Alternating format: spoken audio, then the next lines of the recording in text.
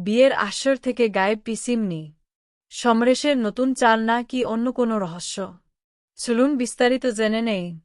পারুলের মূল লক্ষ্য ছিল সমরেশকে হাতেনাতে ধরা এবং তার পেছনে থাকা আসল অপরাধীকে খুঁজে বের করা।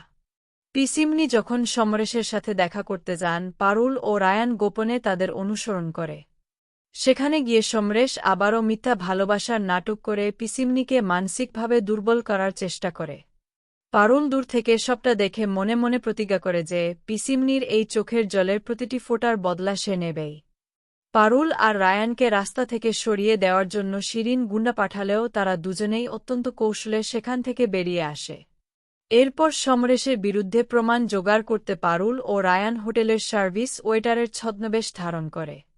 সমরেশের দরজার বাইরে গুন্ডারা অত পেতে থাকলেও তারা ছদ্মবেশী পারুল ও রায়ানকে চিনতে ব্যর্থ হয়। এই সুযোগে তারা ঘরে ঢুকে একটি গোপন মাইক্রোচিপ বসিয়ে দেয়, যাতে সমরেশের সব গতিবিধি রেকর্ড করা যায়।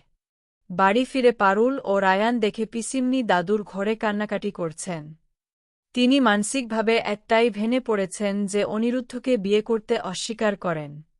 তবে দাদুসহ পরিবারের সবাই তাকে বোঝাতে থাকেন যে অনিরুদ্ধই তার জন্য সঠিক জীবনসঙ্গী। পারুল ও রায়ানও তাকে বোঝায় যে সমরেশের হঠাৎ ফিরে আসাটা একটা গভীর চক্রান্ত। সবার ভালোবাসায় শেষ পর্যন্ত পিসিমনি নিজের ভুল বুঝতে পারেন এবং বিয়ের জন্য রাজি হন। পরের দিন পিসিমনির গায়ে হলুদের অনুষ্ঠানে সমরেশ হুট করেই হাজির হয়ে সবাইকে চমকে দেয়। তার হাতে একটি কাচের বোতল দেখে উপস্থিত সবাই আতঙ্কিত হয়ে পড়েন। সবার মনে ভয় জাগে যে বোতলে হয়তো অ্যাসিড আছে। যদিও শেষ পর্যন্ত বড় কোনো অঘটন ঘটেনি, তবে সমরেশের এই অনাহুত উপস্থিতি সবার মনে আশঙ্কার সৃষ্টি করে। বিয়ের সন্ধ্যায় যখন পিসিমনিকে মণ্ডপে নিয়ে আসার সময় হয়, তখন রুক্মিণী গিয়ে দেখেন পিসিমনি তার ঘরে নেই। এই খবর শুনে রায়ান ও পারুল স্তম্ভিত হয়ে যায়।